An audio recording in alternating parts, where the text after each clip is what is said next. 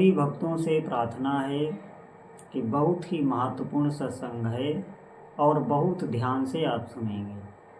देखिए, साधना में जब हम आगे बढ़ना चाहते हैं, हम भजन करना चाहते हैं, जब हम नाम जप की महिमा सुनते हैं तो हमारी कुछ इच्छाएं, कुछ मनोकामनाएं, भले ही हम अपनी कामना से नाम जप से जुड़ते हैं, हमें अभी इच्छा नहीं है कि हमें भगवान के दर्शन प्राप्त करने हैं, इतना शुद्ध अंतःकरण नहीं हुआ है, लेकिन हम जप करना चाहते हैं। तो आप जब आरंभ करेंगे तो प्रारंभ में ही आपको रस मिलने लगेगा। आपको उठाने के लिए ये भगवान नाम जप से ही आता है। जो जैसे आपने आरंभ किया जप, तो आपके साथ कुछ ना कुछ अलौकिक अनुभूतियाँ आपको होने लगेंगी प्रारंभ में, लेकिन ये अनुभूतियाँ होंगी फिर बंद हो जाएंगी। ये आती हैं नाम जप से ही, क्योंकि आप इसमें लगें। अगर ऐसा ना हो तो कोई भी साधक जप में नहीं लग सकता। आप ध्यान दें, तो साधक जप आरंभ करता है, लेकिन बीच में फिर थोड़ा समय बाद उसका मन ही उसे गिराता है, क्योंकि मन का स्वभाव चंचलता है। वह हमेशा इंद्रियों से भोग भोगना चाहता है। इस क्षणिक जो सुख है, जो भोगों में क्षणिक सुख मिलता है, इसकी ही मन को आदत लगी, इसलिए मन भोगी प्रकृति का होता है। और जो भी भोगी होता है वो चंचल होगा ही, वो शांत नहीं रह पाएगा। इसीलिए हमें मन के स्वभाव को समझना होगा। और जो साधक इसके स्वभाव को नहीं समझ पाते हैं, तो मन जब गलत संकल्प विकल्प करता है, भोगों में भागता है, साधक इससे परेशान हो जाता है, क्योंकि मन से हम जुड़े हुए हैं, मन के ही अधीन है। ऐसा ध्यान रखें आप। और मन ये भगवान की शक्ति है, ये कोई साधारण वस्तु नहीं है। इसको हराने वाला सिर्फ भगवान नाम जप ही होता है। भगवान का नाम ही इस मन को हरा सकता है, और कोई ऐसी शक्ति नहीं है जो मन को हरा दे। तो साधक गिरता तभी है जब वो इस मन से हार जाता है, इस मन से भयभीत हो जाता है, इसकी आदतों से, इसकी चाल से। लेकिन आप ध्यान दें, जैसे अग्नि का स्वभाव जलाना है, जल का स्वभाव शीतलता देना है, इसी प्रकार मन का स्वभाव चंचलता है। आप इसकी चंचलता पर अपने भजन को नष्ट मत कीजिए। आप भजन करना बंद ना कीजिए, आप नाम जप करते रहिए। ये नाम ही मन को अधीन कर लेगा। ये जो चलता है, इसकी जितनी भी चलता है, इसकी गति को ही भगवान नाम जप समाप्त कर देता है। भगवान नाम जप की हम सामर्थ्य नहीं जानते। और सामर्थ्य हम क्यों नहीं जानते? क्योंकि अभी हमने नाम जप किया नहीं। जब आप नाम जप करेंगे तब आपको अनुभव होगा, ऐसे अनुभव नहीं होगा। उसकी सामर्थ्य को आप तभी समझ सकते हैं जब आप खुद नाम जप करेंगे, केवल कहने सुनने से नहीं। तभी ये मन शांत होता है। भोगों से मन कभी आज तक नहीं शांत हुआ। अनंत जन्मों से ये भोग भोगता आ रहा है मन, इन्हीं इंद्रियों से। और वही मन है, वही बार बार हर शरीर में आता है, वही आज भी है। लेकिन ये शांत सिर्फ होगा भगवान नाम जप से। जब तक भगवान के चरणों से हम नहीं जुड़ जाएंगे, और भगवान के चरणों से हम तभी जुड़ सकते हैं जब हमारे पास नाम है। क्योंकि नाम और भगवान में कोई भेद नहीं। आपके कोई भी इष्ट देव हो, आप उनका नाम जीभ से पकड़ लीजिए। आपको ध्यान यही देना है कि हमारा जीभ से नाम चल रहा है कि नहीं, बस इतना ही। इससे ज़्यादा कोई ज्ञान नहीं रखना। जीभ से हमें नाम चलाते रहना है, हमें ध्यान से कोई मतलब नहीं। मन कहीं जाता है, उसे जाने दो। लेकिन जो वो गलत मांग करता है, वो मांग उसकी पूरी नहीं आपको करनी है। जो शास्त्र विरुद्ध मांग करता है, ऐसे मांगे उसकी पूरी नहीं करनी है। उसकी मांगे वो पूरी करनी है जो गृहस्थी धर्म के उपयुक्त हैं, जो शास्त्र भी जिनको मना नहीं करता, वो मांगे उसकी पूरी कर देनी है। और भजन नहीं छोड़ना है, भजन आपको निरंतर करते रहना है। इतनी सहूलियत कहीं भी आपको नहीं मिलेगी जितनी हरिनाम जप में।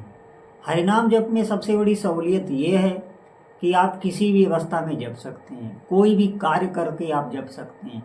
इसमें स्नान, शौच, पवित्रता, इसका कोई महत्व नहीं। आप कभी भी जप सकते हैं। और जब आपको समय मिले तो आप ध्यान सहित जप कीजिए। ध्यान सहित जप का मतलब है जिनका हम जप कर रहे हैं उनका स्मरण करते रहिए कि हम जिनका नाम जप कर रहे हैं वो हमारी बात सुन रहे हैं, वो हमारा जप सुन रहे हैं, वो हमारी तरफ देख रहे हैं। उनकी सानिध्य का आप भाव बनाइए, कल्पना कीजिए। आप सिर्फ आपको अनुभव में आने लगेंगे। अगर आपको नाम जप से कोई बड़ा अनुभव नहीं हो रहा है तो आप कल्पना करिए, आप भाव करिए कि मैं जिनका नाम जप कर रहा हूँ वो हमारे पास ही हैं, वो हमारी तरफ देख रहे हैं, वो हमसे दूर नहीं है, क्योंकि हम उनका नाम जप कर रहे हैं, हम उनके अधीन हैं। ऐसा आप भीतर से भाव कीजिए तो आप देखेंगे कि आपको अनुभव होने लगेगा। और एक बात ध्यान देना, कभी भी कितना भी जप आप करने लग जाएं, आपके भीतर अंतर्मुखता आने लग जाए, कुछ दिव्य दिव्य आपको अनुभव होने लगे, तो भीतर कभी भी आपको अहंकार नहीं लाना है कि मैं जप कर रहा हूँ, मैं तो बहुत जप कर रहा हूँ, मेरी साधना ठीक चल रही। ज्यों ही आपने ऐसा विचार किया तो आप पतन में चले जाएंगे। यही मन आपको भोगों में फंसा देगा। कोई न कोई ऐसी माया लाके आपके जीवन में रख देगा कि उस माया में ही आप फंस जाएंगे, आप भजन में ऊपर नहीं उठेंगे।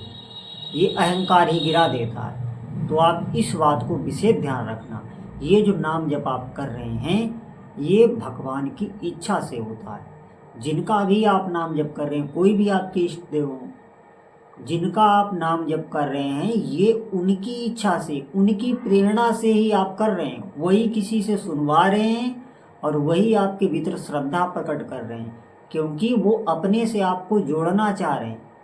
बिना प्रभु की इच्छा के कोई भी उनका नाम नहीं जप सकता। इस बात को ध्यान रखने, इसको बार बार चिंतन करें। आप कृपा पात्र हैं तभी आप नाम जपने की सोच रहे हैं।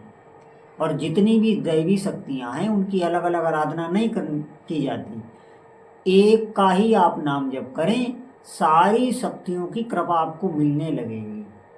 और अगर आपका मन नहीं मानता है तो आप आराधना फिर सबकी करिए, लेकिन जिनकी भी आराधना करिए उनसे यही प्रार्थना कीजिए कि हमारा नाम जप में श्रद्धा बढ़े, विश्वास बढ़े, ये वरदान दीजिए। अगर इस भाव से आप आराधना किसी की भी करिए तो आप देखेंगे कि आपका नाम जप एक विलक्षण तरीके से एक नया दिव्य अनुभव आपको देने लगा। क्योंकि कोई भी जब आप सेवा करते हैं, कोई कर्म करते हैं और उसके बाद आपकी कामना ये रहती है कि हमारा नाम जप बढ़े, हमारा नाम जप में स्वाद आने लगे, नाम जप में निष्ठा हो, ऐसी भावना करके जब आप कोई कर्म करेंगे तो नाम जप आपका बहुत शीघ्र जल्दी बढ़ेगा। देखिए एक बात आप समझ लें, भगवान नाम जप ही ऐसा होता है जो आपके पुराने से पुराने जो पाप कर्म हैं, जो हमें भय देते हैं, जो हमारे अंतःकरण की स्थिति को डगमगा कर देते हैं, जिससे जीवन में भय आने लगता है, हमारे भीतर हलचल हो जाती है, ये पिछले पिछले जो पाप होते हैं उन्हीं का भय आता है। और फिर वो पाप रोग रूप से, कोई प्रतिकूलता रूप से शरीर में आते ही रहते हैं। कोई कितना भी धनी मानी क्यों न हो, कोई कितना भी विद्वान क्यों न हो, सब सुख चाहते हैं, लेकिन दुख ये कहाँ से आ जाता है? ये दुख हमारे ही कर्म होते हैं। और इन कर्मों को अगर आप नष्ट करना चाहते हैं तो भगवान नाम जप में ही इतनी शक्ति है जो आपके प्रारब्ध को नष्ट करता है। इस बात पर आप ध्यान दें। आप अगर ऐसा विश्वास करेंगे कि प्रारब्ध भोगना ही पड़ेगा तो फिर आपको भोगना ही पड़ेगा। और अगर आप भगवत प्राप्ति की इच्छा रखते हैं तो प्रारब्ध से कोई मतलब ही नहीं रह जाता। लेकिन हम भगवत प्राप्ति इच्छा तक पहुँचें तो ये कोई छोटी मोटी इच्छा नहीं है जो सबके भीतर प्रकट हो जाती है। ये बहुत भजन के बाद आती है, जब प्रभु का आकर्षण होता है, उनके प्रति प्रेम होता है, तब उनसे मिलने की इच्छा जागृत होती है। संसार से वैराग्य हो जाता है, बिल्कुल वैराग्य हो जाता है, उसे कुछ भी अच्छा नहीं लगता। लेकिन ये स्थिति आने के लिए हमें भजन करना है, ये कोई साधारण बात नहीं है। इसीलिए जो भी कामना से आप जुड़ें, आप नाम जप से जुड़ें, आप अधिक से अधिक नाम जप करें। समस्त कामनाओं की पूर्ति करने वाला भगवान नाम जप है। इसे कल्प तरु कहा गया। कल्प तरु का मतलब है जो समस्त इच्छाओं को पूर्ति करता है। तो ये बात ध्यान रखें, कभी भी अविश्वास ना करें। जो ऐसी बातें करते हो, नाम की अवहेलना करते हो, कभी उनका सत्संग ना सुने, क्योंकि उन्होंने नाम जप किया नहीं। नाम जप की महिमा उन्हें पता ही नहीं। जो भी नाम जप करता है वो उसे अनुभव होने ही लगता है। और अगर वो ठीक से चलता रहा, सत्संग सुनता रहा और नाम जप करता रहा, तो फिर उसका नाम जप में मन लग जाता है और उसे दिव्य दिव्य अनुभूतियाँ इसी जीवन में, इसी शरीर के रहते हुए प्राप्त हो जाती हैं। नहीं तो भटकना पड़ेगा, निश्चित मानिए। और कोई साधन ऐसा नहीं है जो आप कर सकें। तो सभी साधकों से हमारी यही प्रार्थना है कि नाम जप पे विश्वास कीजिए और कहीं भी ऐसा सत्संग ना सुनिए जो नाम जप की अवहेलना करते हो। जो भी शक्ति किसी को कहीं से प्राप्त होती है वो जप से ही होती है, चाहे वो मंत्र जप करे चाहे नाम जप करे, दोनों का समान प्रभाव होता है, इसमें कोई तुलना नहीं। आपको कहीं से मंत्र ना मिला हो, आपको कुछ समझ में नहीं आता हो, जहाँ भी हो जैसे भी हो, आप जो भी आपके इष्ट देव हो उनका आप नाम जप करने लग जाएं, तो देखेंगे आपका जीवन एक दिव्य अनुभूति, एक भीतर अद्भुत शांति जो कभी प्राप्त नहीं हो सकती, कल्पना भी नहीं कर सकते, वो सुख भगवान नाम जप देता है। तो सभी साधकों से प्रार्थना है, आज से ही अधिक से अधिक भगवान नाम जप करें। बोलो जय जय श्री सीताराम।